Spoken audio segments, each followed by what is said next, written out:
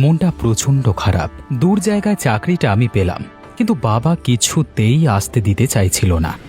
শেষ পর্যন্ত ঝগড়া করে আমি আর মা দুজন মিলে বাড়ি থেকে বের হয়ে চলে এলাম। বাবা, তুই মন খারাপ করিস না। তোর বাবার কোনো বুদ্ধি নেই, এই জন্যই তো তোকে এখনো বকাবকি করে। বকাবকির বিষয়টা নয় মা, যথেষ্ট বড় হয়েছে আমি। কোনো মতেই এরকম অপমানজনক কথাবার্তা আর একদম সহ্য হয় না। বাবার মন রাখতে গিয়ে আমি দুটো চাকরি হাতছাড়া করেছি, কিন্তু আর না। তোর বাবাও কি তোর খারাপ চায়? তুই বল। তোর বাবা তোকে বলেছে না একটা ব্যবসা করতে, কিন্তু অনেক কথা বলে মা আমাকে শান্ত করবার চেষ্টা করছিল। ট্রেনের কামরাটা এখন ফাঁকা, রাতটা অনেকটা নেমেছে। আমাদের গন্তব্যে পৌঁছাতে আর কিছুটা দেরি। হঠাৎ বাবু, ঝালমুড়ি খাবেন নাকি? অনেক দূর থেকে আসছেন, নিশ্চয়ই খিদে পেয়েছে। আশ্চর্য, আপনি কোত্থেকে এলেন? এতক্ষণ তো এখানে সব ফাঁকা ছিল। সে কি বাবু, আপনারা বোধহয় আমাকে খেয়াল করেননি। আসলে অনেকক্ষণ থেকে আপনারা দুই মা বেটায় গল্প করছেন তো বুঝতে পারছি আপনারা অনেক ব্যস্ত আছেন, চিন্তিত আছেন। এই মেয়ে, তুমি এখান থেকে যাও, আমাদের কিছুই দরকার নেই। না মা, বেশিক্ষণ থাকবো না। আসলে আমার মনে হলো আপনার খিদে পেয়েছে। না, আমাদের খিদে পায়নি, তুমি এখান থেকে যাও। মেয়েটি কিচ্ছু না বলে কামরার অন্ধকার দিকটা দিয়ে ধীরে ধীরে মিলিয়ে গেল। সেই নুপুরের শব্দ আমার কানে গেঁথে রইল। সেই শুরু।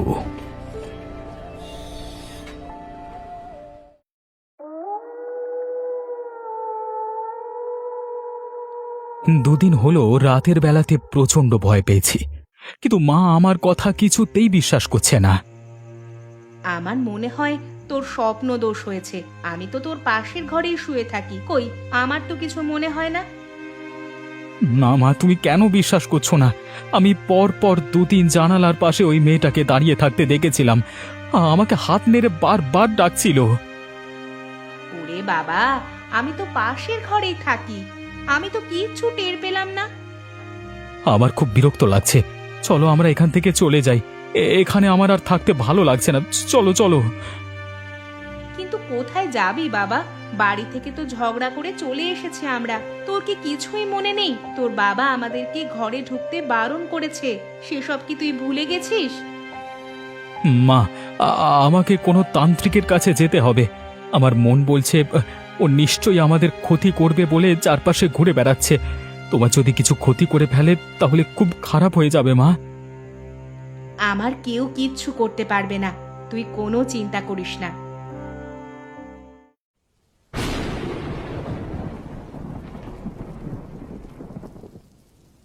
আরে আসুন আসুন, আপনার জন্যই অপেক্ষা করছিলাম, আসুন।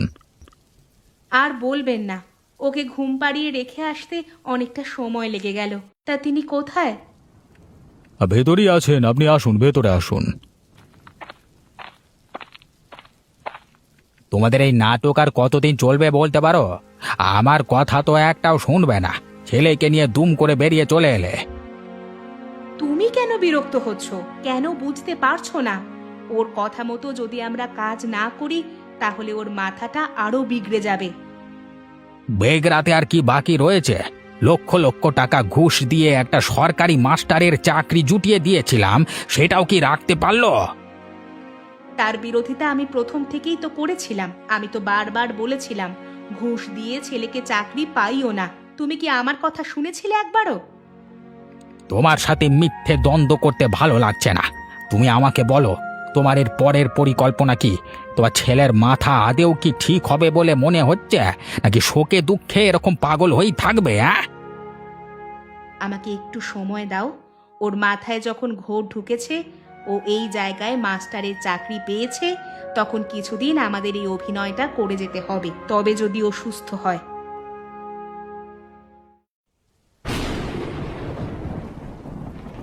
আমাকে বাঁচাও, আমাকে বাঁচাও, আমাকে বাঁচাও, আমাকে উদ্ধার করো, আমি মরে গেলাম, আমাকে বাঁচাও।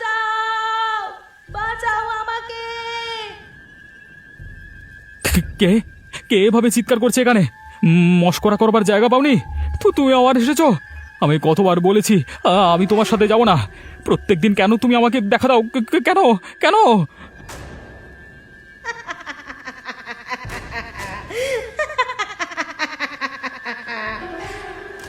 হেসো না, আমার উপর হেসো না তোমরা, বলে দিলাম। মা কোথায়? মা, মা দেখে যাও, এই মেয়ে আবার হাসছে। মা তাড়াতাড়ি দেখে যাও মা। মাকে ডেকে কোনো লাভ নেই, তোমার মা তো এখানে নেই। কি যাও তুমি? আমাকে ছেড়ে দাও, আমি আর কখনো মিথ্যে পথে চলবো না, আমি অসৎ কাজ করব না। ও মা গো, কোথায় তুমি? বাঁচাও দয়া করে, এ বাবা। তুমি ভয় পেও না, আমি তোমার কোনো ক্ষতি করব না। আমি তোমাকে আমার জীবনের কাহিনী শোনাতে এসেছি। তুমি একটু সময় করবে কি আমার জন্য? চলে যাও, চলে যাও, এখান থেকে চলে যাও বলে দিলাম। আমি তোমাকে কিছু বলতে চাই, আমি তোমাকে ছেড়ে কোথাও যাব না। দেখো, তুমি যদি ভাবো আমার ক্ষতি করবে তাহলে কিন্তু ভুল ভাবছো। আমি কিন্তু তন্ত্রমন্ত্র জানি, তোমাকে কিন্তু এক নিমেষে বন্দি করতে পারবো। তুমি অনেক কিছুই জানো না। তোমার পরিবারের লোক কিভাবে তোমাকে পাগল থেকে স্বাভাবিক বানানোর চেষ্টা করছে। একদম মিথ্যে বলবে না বলে দিলাম, আমি পাগল নই। মা কোথায়? মা তুমি কোথায় গেলে? তাড়াতাড়ি দেখে যাও, সেই ভূত আবার এসেছে মা। তোমার মা তো এখানে নেই। কোথায় গেছে আমার মা? কোথায়? তোমার মা গেছে আমার শত্রুর বাড়িতে, যে আমার জীবন থেকে সমস্ত সুখ স্বাচ্ছন্দ্য কেড়ে নিয়েছিল, তার বাড়ি। তার মানে তুমি কি বলতে চাইছো? সেসব কিছু বলার জন্যই তো তোমার কাছে আমি এলাম। তুমি শুধু শুধু ভয় পাচ্ছ আমাকে।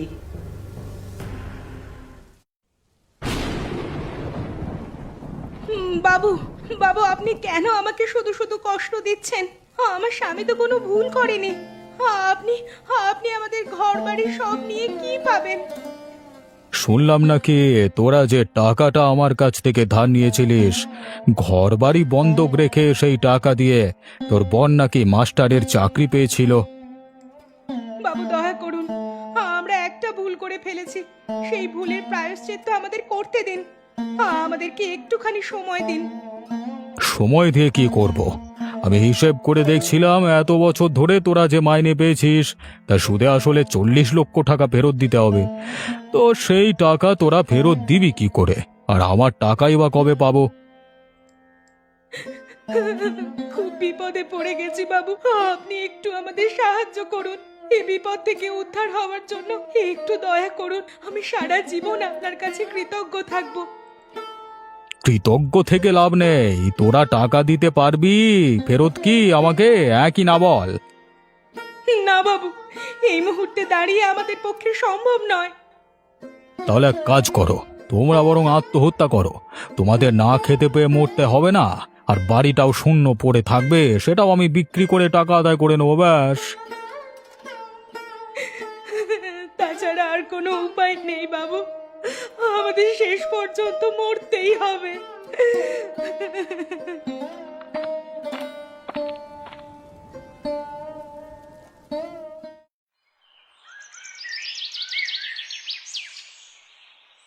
তুমি কালকে রাতে কোথায় গেছিলে মা? সেই ভূত আবার এসেছিল, আমাকে ওর দুঃখের কথা বলে গেছে।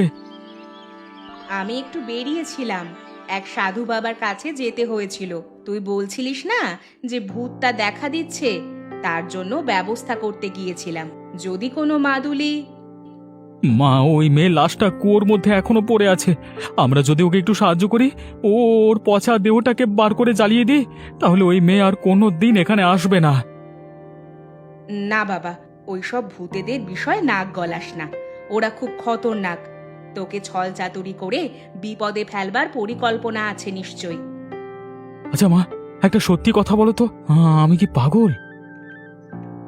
এমা, না না, এইসব কথা তোকে কে বলেছে? একদম এসব কথা মাথায় আনবি না কোনোদিন। তোর মতো ভালো ছেলে আর হয় না বাবা।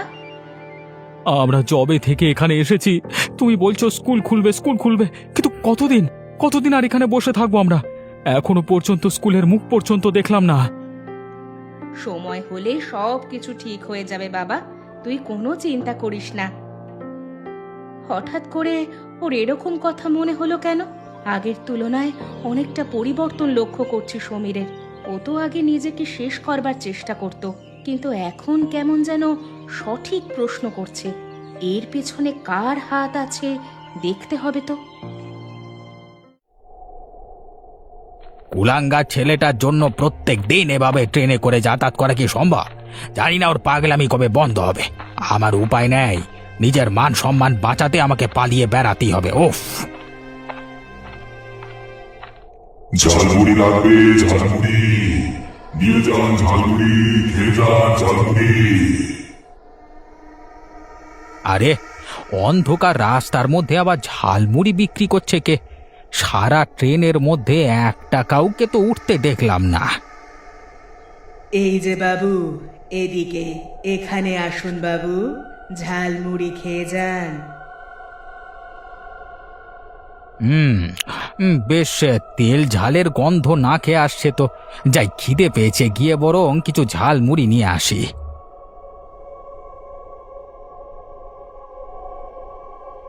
ইয়ে, কত করে ঝালমুড়ি বিক্রি করছো? আপনার কাছ থেকে কোনো টাকা পয়সা নেব না বাবু, আপনাকে বিনামূল্যেই দেব। বিনামূল্যে কেন দেবে? আমি তোমাকে টাকা দিয়েই নেব, তো বিনামূল্যে দেওয়ার তো কিছু নেই। না বাবু, আপনাকে যদি আমরা বিনামূল্যে ঝালমুড়ি দেই, তাহলে আপনি আমাদেরকে একটু সাহায্য করবেন কি? সাহায্য? তো কিসের সাহায্যের কথা বলছো? আমার আর আমার স্বামীর লাশটা ওই দূরে কুয়োর মধ্যে পড়ে আছে। আপনি দয়া করে একটু লাশটাকে তুলে যদি ব্যবস্থা করে দেন, তাহলে খুব ভালো হয়। স্বামীর লাশ মানে? তুমি কি বলতে চাইছো? তোমরা সব কারা? কথা দিচ্ছি, আপনার কোনো ক্ষতি হতে দেব না। আপনার ছেলেকেও সারিয়ে তুলবো আমরা, যদি আমাদের একটু সাহায্য করেন। মাসের পর মাস ধরে লাশগুলো কুয়োর মধ্যে পড়ে শাস্তি পাচ্ছি আমরা, আমাদের দয়া করুন। ওরে বাবারে ভূত! বাবারে ভূত মেরে ফেললো, বাঁচাও! ওরে বাবা! দৌড়ে পালিয়ে যাবেন না বাবু, আমরা আপনার কোনো ক্ষতি করব না, দয়া করুন বাবু। ওরে ওরে ছেড়ে দে রে বাবা, আমি আর কোনোদিন অন্ধকারে একা আসবো না রে। ওরে বাবারে মেরে ফেললো রে, ওরে বাবা!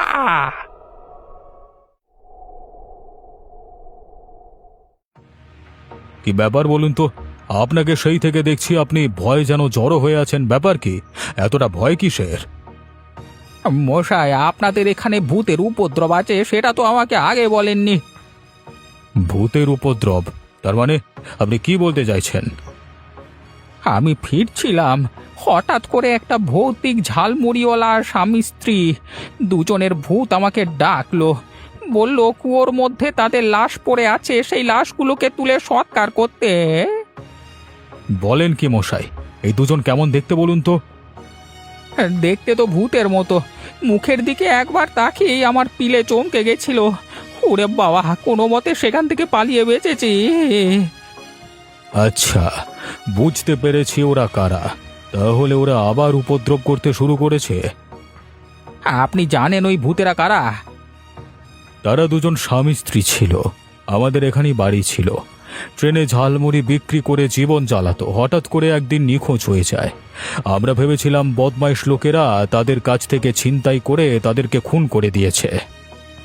কিন্তু ওরা যে বলল ওরা এই কুয়োর মধ্যে থাকে, সেটা কি সত্যি? হতেও পারে, আপনার মুখেই তো শুনলাম, তারপর জানি না। কালকে সকালবেলা একবার যাবেন। কোনো প্রয়োজন নেই, ভূতেদের সঙ্গে সখ্যতা মোটেই ভালো নয়। ওসব বাদ দিন, অন্ধকারে একা একা আর কোথাও যাবেন না। না না, খুব সাবধানে থাকতে হবে। ওরা যেন কোনো মতেই জানতে না পারে যে কিভাবে ওরা দুজন মারা গেছে। আমি অনেক কষ্ট করে সবকিছু চাপা দিয়েছি, ব্যাপারটাকে চাপা দিয়ে রাখতে হবে। কোথায় তুমি মেয়ে? আমাকে আর একটিবার দেখা দাও। আমাকে তুমি নিয়ে চলো সেখানে যেখানে তোমরা বন্দী হয়ে আছো। আমাকে একটিবার দেখা দাও, তোমরা একটিবার দেখা দাও। শেষ পর্যন্ত তুমি বের হলে, তুমি কি সত্যিই আমাদেরকে উদ্ধার করতে চাও? হ্যাঁ হ্যাঁ, চাই। তোমাদের শত্রুদেরকে শেষ করবার একটিমাত্র সুযোগ তোমাদের দিতে চাই। তোমাদের সেই সুযোগ কাজে লাগাতে হবে। তবে এসো আমার সাথে, তোমাকে আমি পথ দেখিয়ে নিয়ে যাই।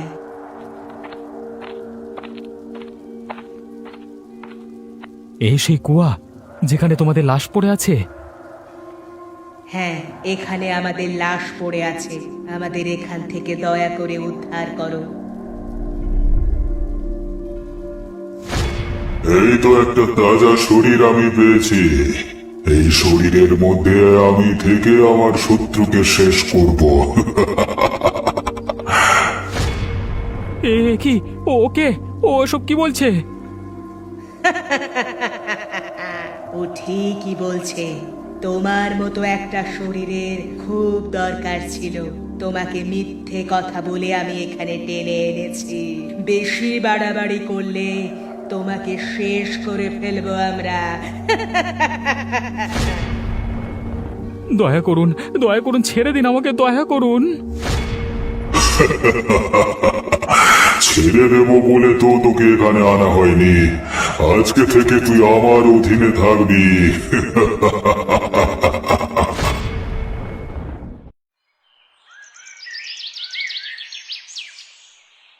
কি রে বাবা, তোকে কখন থেকে আমি খেতে ডাকছি? সকাল থেকে উঠে মুখ পর্যন্ত ধুসনি। আমার খিদে নেই, আমাকে একা থাকতে দাও। আমার কিচ্ছু ভাল লাগছে না। কেন রে বাবা, তোর কিছু হয়েছে নাকি? শরীর খারাপ করছে কি? কই কই দেখি একবার। কি রে বাবা, তোর তোর কি হয়েছে?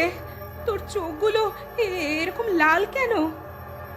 মারবো, সবাইকে মেরে ফেলবো আমি, কাউকে ছাড়বো না, তোকেও মেরে ফেলবো।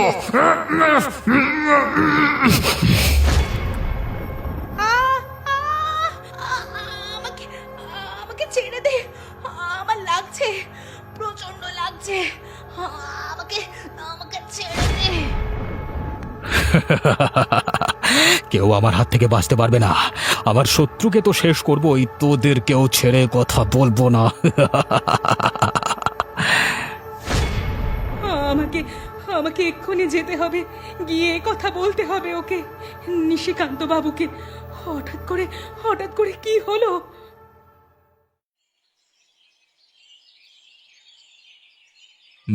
সবটাই বুঝলাম। আমার মন বলছে সমীরকে ভূতে ধরেছে, তাই জন্যই ওর এই অবস্থা। আমি বড় বিপদে পড়লাম। আমি আনলাম ছেলের পাগলামো ঠিক করতে, আর এদিকে ওকে ভূতে ধরে বসে রইলো। আপনি দয়া করে উদ্ধার করুন আমার ছেলেকে। আমি আপনার কাছে অনুরোধ করছি। কিন্তু কি ব্যাপার বলুন তো, হঠাৎ করে আমাদের উপর এরকম ভূতের দৃষ্টি পড়লো কেন? কালকে রাতে আমাকে তাড়া করলো, আজকে আবার আমার ছেলেকে ভূতে ধরেছে। ওরা কি চায়? ওরা কি চায় না চায় আমি বলতে পারবো না, কিন্তু আপনার ছেলেকে নিশ্চয়ই ওরা বশ করেছিল, বশ করে কুয়োর কাছে নিয়ে গিয়েছিল। আপনি কিছু করতে পারেন না? আমার ছেলেকে উদ্ধার করুন না।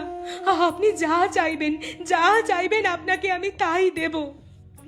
আবার দাদুর দিয়ে যাওয়া একটা মন্ত্রপুত ঘট আছে, সেই ঘটের জল দিয়ে ওদেরকে একবার বন্দি করেছিলাম, কিন্তু ওরা আবার বের হয়েছে। আমাকে কিছু একটা ব্যবস্থা করতে হবে। আমি আপনার সাথে যাব। আজকে রাতের বেলাতেই এর একটা উপায় বের করুন দয়া করে।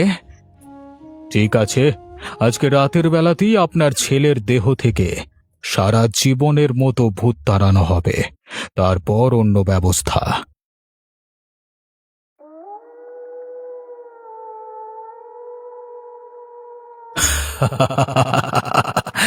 যতই চেষ্টা করিস না কেন, তুই আমার হাত থেকে বাঁচতে পারবি না।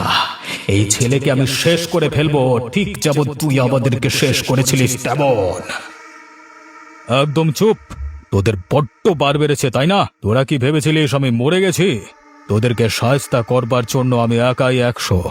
কোনো মতেই তোদেরকে ছেড়ে কথা বলা যাবে না। সারা জীবনের মতো তোদের ওই কুয়োর মধ্যে বন্দি হতে হবে। তার আগে আমি এই ছেলেকে শেষ করে দেব। সেই সুযোগ তোরা পাবি না। ও ও! যা ভূতের দল, তোরা এতদিন যেখানে ছিলিস সেখানে চলে যা, আর কোনোদিন এখানে আসবি না। এখান থেকে দূর হয়ে যা, চলে যা এখান থেকে। দেখবো তুই কতদিন আমাকে এইভাবে বন্দি করে রাখতে পারিস। তোকে কিছুতেই আমি ছেড়ে কথা বলবো না। তোর সেই ক্ষমতা নেই যে আমাকে অপদস্থ করতে পারবি। যতদিন আমি আছি ততদিন তোদের কোনো রেহাই নেই।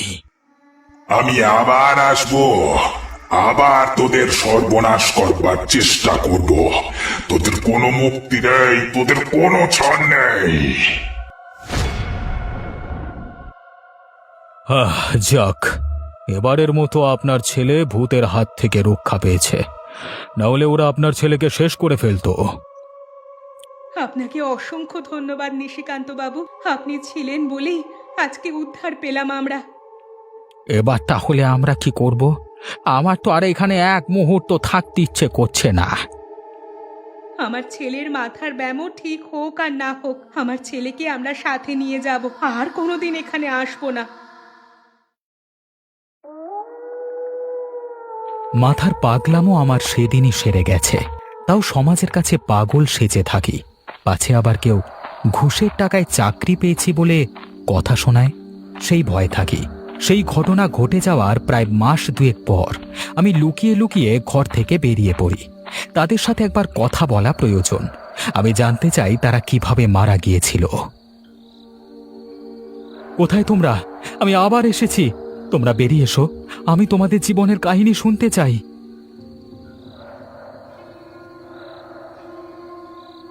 হঠাৎ করে অনেক দিন পর আমাদের কথা মনে পড়লো। আমি জানতে চাই তোমাদের সাথে কি হয়েছে। তোমাদের এত বড় সর্বনাশ কে করেছিল? তাহলে বলি শোনো, সেদিন আমি তোমাকে মিথ্যে বলেছিলাম। আমি আর আমার স্বামী খুব গরিব ছিলাম, ঝালমুড়ি বিক্রি করে আমাদের দিন কাটতো। হঠাৎ করে নিশিকান্ত বাবু আমাদের দুজনকে একদিন ডেকে পাঠালো। বললেন তিনি নাকি শ্মশানের ধারে কোনো এক তন্ত্রবিদ্যা করবেন, রাত্রিবেলায় আমাদের থাকতে হবে। আমরা থাকতে চাইলাম না, কিন্তু উনি জোর করলেন। সেই রাতে প্রচণ্ড কাল বৈশাখী ঝড় উঠেছে। নিশিকান্ত বাবু তন্ত্রবিদ্যা করবার জন্য বসে আছেন, আমরা তার পাশে দাঁড়িয়ে আছি। হঠাৎ করে দেখলাম শ্মশানের ভূতগুলো প্রচণ্ড লাফালাফি করতে শুরু করলো চারিদিকে। আমরা ভয়ে সেখান থেকে পালিয়ে যেতে চাইলাম, আর তখনই ঘটলো দুর্ঘটনা। সেই ভূতের দল আমাদেরকে মেরে ফেললো। আমরা বাঁচার জন্য চিৎকার করলাম, কিন্তু কিছুতেই বাঁচতে পারলাম না। তারপর সেই ভূতেরা আমাদের লাশটাকে এই কুয়োর মধ্যে এসে ফেলে দিয়ে গেল। তারপর থেকে আমরা এখানেই আছি। নিশিকান্ত বাবুর তো এতে দোষ কিছু নেই। তিনি তো শুধু তন্ত্রমন্ত্র করতে চেয়েছিলেন। তোমাকে তো তাহলে ভূতেরা মেরেছে। আমরা আসতে চাইনি সেখানে, কিন্তু আমাদের জোর করে সেখানে নিয়ে যাওয়া হয়েছিল। তাই জন্যই ওর প্রতি আমার ক্ষোভ। ওকে আমি ছেড়ে কথা বলবো না। বেশ, নিশ্চয়ই তোমাদের কোনো একদিন সময় আসবে, তোমরা প্রতিশোধ নিতে পারবে। তবে আমি এখন চললাম। আমি চলে আসতে শুরু করলাম। দেখলাম চন্দ্রাবতীর ভূত দাঁড়িয়ে আমাকে লক্ষ্য করছে। ওদেরকে দেখে আমার আর ভয় হয় না। মনে হয় যেন কত দিনের বন্ধুত্ব আমার সাথে। যাক, মানুষের থেকে বরং এরা ভালো। মাঝে মাঝে এদের সাথে এসে সময় কাটিয়ে যেতে হবে।